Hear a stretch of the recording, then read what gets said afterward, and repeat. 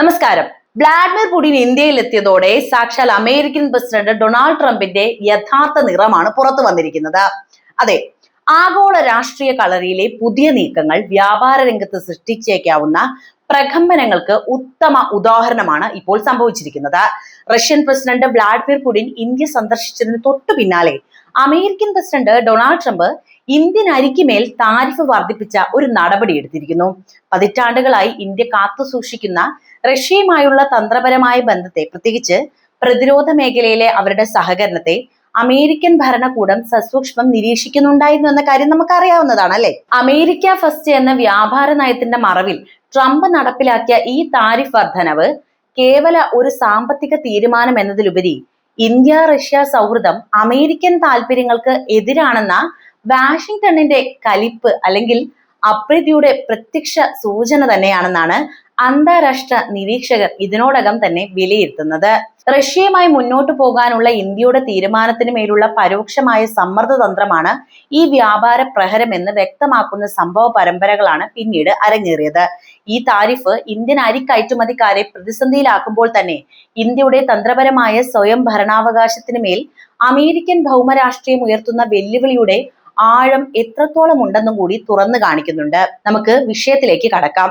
ഇന്ത്യയിൽ നിന്ന് ഇറക്കുമതി ചെയ്യുന്ന ചില പ്രത്യേക തരം അരികൾക്ക് മേൽ American president Donald Trump tariff അല്ലെങ്കിൽ ചുങ്കം ചുമത്തിയത് ആഗോള വ്യാപാര രംഗത്തും ഇരു രാജ്യങ്ങളുടെയും സാമ്പത്തിക ബന്ധങ്ങളിലും ഒരുപോലെ ഇപ്പോൾ ചർച്ചാ വിഷയമായിരിക്കുകയാണ്.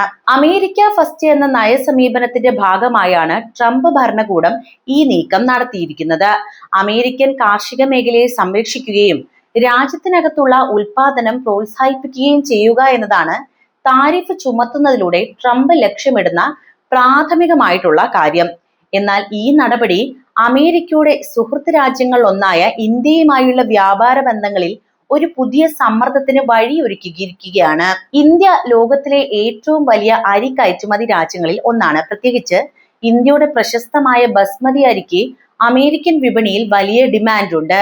ഈ താരിഫ് ഇന്ത്യൻ അരിയുടെ വില അമേരിക്കൻ വിപണിയിൽ ഗണ്യമായി വർദ്ധിപ്പിക്കാനുള്ള കാരണമാവും. ഇത് സ്വാഭാവികമായും അമേരിക്കൻ ഉപഭോക്താക്കളെ കൂടുതൽ വില കൊടുക്കാൻ നിർബന്ധിതരാക്കുകയും അതുപോലെ തന്നെ ഇന്ത്യൻ കയറ്റുമതിക്കാർക്ക് വിപണിയിലെ മത്സരക്ഷമത നഷ്ടപ്പെടാൻ ഇടയാക്കുകയും ചെയ്യും. ദക്ഷിണേഷ്യൻ രാജ്യങ്ങളിൽ നിന്നും മറ്റ് ഏഷ്യൻ രാജ്യങ്ങളിൽ നിന്നുമുള്ള കുടിയേറ്റക്കാർക്കിടയിൽ ഇന്ത്യൻ അരിക്ക് വലിയ സ്ഥാനമുണ്ട് എന്നതിനാൽ ഈ താരിഫ് അവരുടെ ദൈനംദിന ചിലവുകളെയും ബാധിച്ചേക്കാമെന്നാണ് റിപ്പോർട്ടുകൾ. ട്രംപിന്റെ വ്യാപാര നയങ്ങൾ മുൻപും ഇത്തരത്തിൽ വലിയ വിമർശനങ്ങൾക്ക് വഴിവെച്ചിട്ടുണ്ട്. എന്നിട്ടും അദ്ദേഹം അത് നിർത്തിയിട്ടില്ല. ചൈനയുമായുള്ള വ്യാപാര യുദ്ധം മുതൽ യൂറോപ്യൻ യൂണിയനുമായി നിലനിന്നിരുന്ന വാണിജ്യ തർക്കങ്ങൾ വരെ ഈ സംരക്ഷണവാദം എന്ന നയത്തിന്റെ പ്രതിഫലനങ്ങളാണ്. താരിഫ് ചുമത്തുന്നതിലൂടെ ഹ്രസ്വകാലത്തേക്ക് അമേരിക്കൻ കർഷകർക്ക് ഒരു താങ്ങ് നൽകാൻ കഴിഞ്ഞേക്കാം. എന്നാൽ ഇതിന്റെ ഫലമായി ഇന്ത്യ ഉൾപ്പെടെയുള്ള രാജ്യങ്ങൾ അമേരിക്കൻ ഉൽപ്പന്നങ്ങൾക്ക് മേൽ പ്രതികാര താരിഫ് ചുമത്താൻ, അതായത് ട്രംപ് ചെയ്ത പോലെ ഒരു പണി കൊടുക്കാൻ സാധ്യതയുണ്ടല്ലേ? ഇത് ആഗോളതലത്തിൽ ഉൽപ്പന്നങ്ങളുടെ വില വർദ്ധിക്കുന്നതിനും അതുപോലെ തന്നെ വ്യാപാര ബന്ധങ്ങൾ കൂടുതൽ വഷളാകുന്നതിലേക്കുമാണ് വഴി തുറക്കുക. ലോക വ്യാപാര സംഘടനയുടെ, അതായത് WTOയുടെ തത്വങ്ങളെ ചോദ്യം ചെയ്യുന്ന ഒരു സമീപനമായിട്ടാണ് പല സാമ്പത്തിക വിദഗ്ധരും ട്രംപിന്റെ ഈ നീക്കത്തെ നോക്കിക്കാണുന്നത്. ഇന്ത്യൻ സർക്കാരിനെ സംബന്ധിച്ചിടത്തോളം ഈ താരിഫ് ഒരു നയതന്ത്ര വെല്ലുവിളിയാണ്. അമേരിക്കയുമായുള്ള വ്യാപാര കമ്മി കുറയ്ക്കുന്നതിനും അതുപോലെ തന്നെ അമേരിക്കൻ വിപണിയിൽ കൂടുതൽ ഇടം നേടുന്നതിനും ഇന്ത്യ ശ്രമിക്കുന്നതിനിടയിലാണ് ഈ തിരിച്ചടി സംഭവിച്ചത്.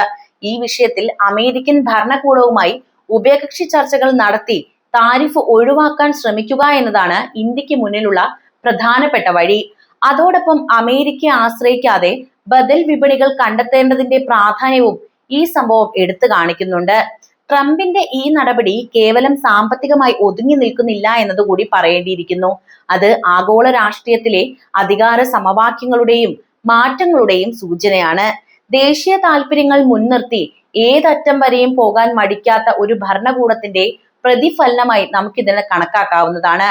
ഇന്ത്യൻ അരിക്കുമേൽ ചുമത്തിയ ഈ താരിഫ് അടുത്ത കാലത്തൊന്നും പരിഹരിക്കാൻ സാധ്യതയില്ലാത്ത ഒരു ആഗോള വ്യാപാര തർക്കത്തിന്റെ തുടക്കമായേക്കാമെന്ന റിപ്പോർട്ടുകളാണ് പുറത്തു വരുന്നത്. അതോടൊപ്പം തന്നെ നമ്മൾ സംസാരിക്കേണ്ട ഒരു പ്രധാനപ്പെട്ട കാര്യമുണ്ട്, അതിലേക്ക് വരാം.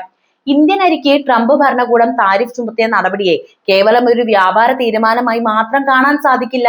ആഗോളതലത്തിൽ പ്രത്യേകിച്ച് ഏഷ്യൻ മേഖലയിലെ ഭൗമരാഷ്ട്രീയ നീക്കങ്ങളോടുള്ള അമേരിക്കയുടെ പ്രതികരണമായിട്ടും നമുക്കിതിനെ വിലയിരുത്താവുന്നതാണ്. അതായത് നമുക്കറിയാവുന്നതാണ്, റഷ്യൻ പ്രസിഡന്റ് വ്ളാഡിമിർ പുടിനുമായി ഇന്ത്യ നടത്തുന്ന കൂടിക്കാഴ്ചകളും ദീർഘകാലമായി തുടരുന്ന ഇന്ത്യ റഷ്യ ബന്ധത്തിലെ ഊഷ്മളതയും അമേരിക്കൻ നയരൂപകർത്താക്കളെ വല്ലാതെ അലോസരപ്പെടുത്തുന്നുണ്ടാകാം എന്ന കാര്യമാണ് നമ്മൾ ഇവിടെ മനസ്സിലാക്കേണ്ടത്.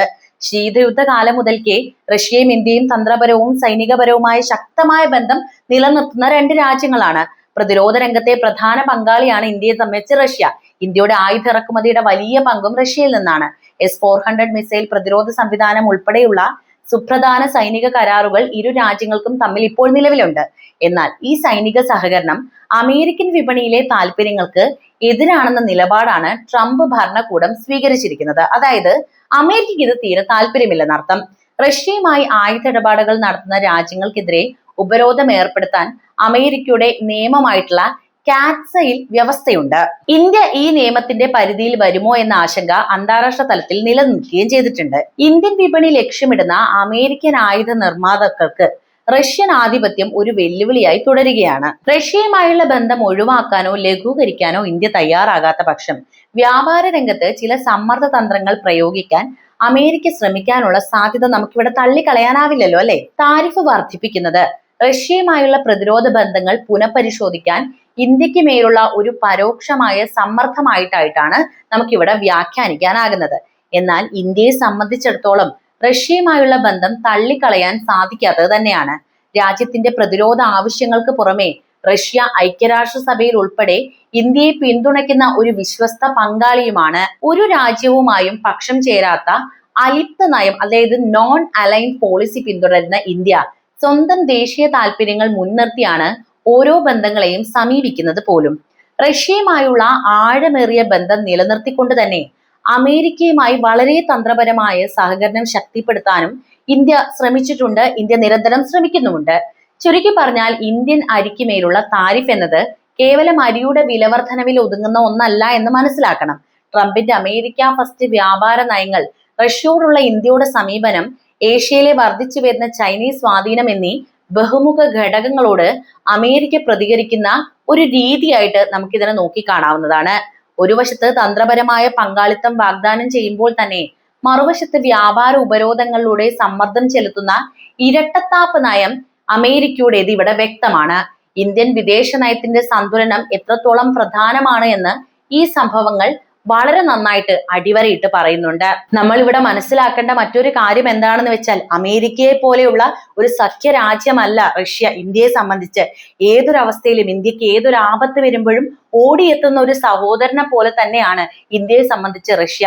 നമുക്കറിയാവുന്നതാണ്, 1971 യുദ്ധത്തിൽ പോലും റഷ്യയാണ് ഇന്ത്യക്ക് രക്ഷാ കവചവുമായി രംഗത്ത് വന്നത്. അന്ന് പാകിസ്ഥാന്റെ കൂടെ നിന്നിരുന്ന അമേരിക്ക ഇന്ത്യയെ തകർക്കാൻ വേണ്ടിയുള്ള പദ്ധതികൾ പാകിസ്ഥാനൊപ്പം ചേർന്ന് നിന്ന് നടത്തിയപ്പോൾ യൂറോപ്യൻ രാജ്യങ്ങളൊക്കെ അവരുടെ കൂടെ നിന്ന സമയത്ത് റഷ്യ സധൈര്യം മുന്നോട്ട് വരികയും ഇന്ത്യയെ തൊടാൻ നിങ്ങൾക്ക് കഴിയില്ലെന്ന് ലോകത്തോട് വിളിച്ചു പറയുകയും ചെയ്തിട്ടുണ്ട്.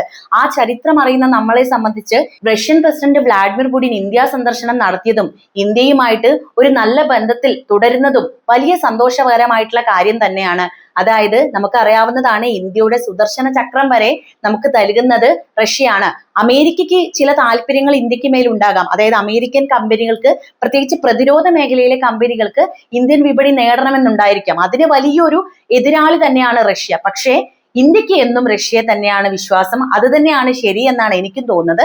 നിങ്ങളുടെ അഭിപ്രായം അറിയാൻ താല്പര്യമുണ്ട്. എന്ത് തന്നെയായാലും കമന്റ് ആയിട്ട് രേഖപ്പെടുത്തുക. മറ്റൊരു വീഡിയോയുമായി വീണ്ടും എത്താം. നന്ദി.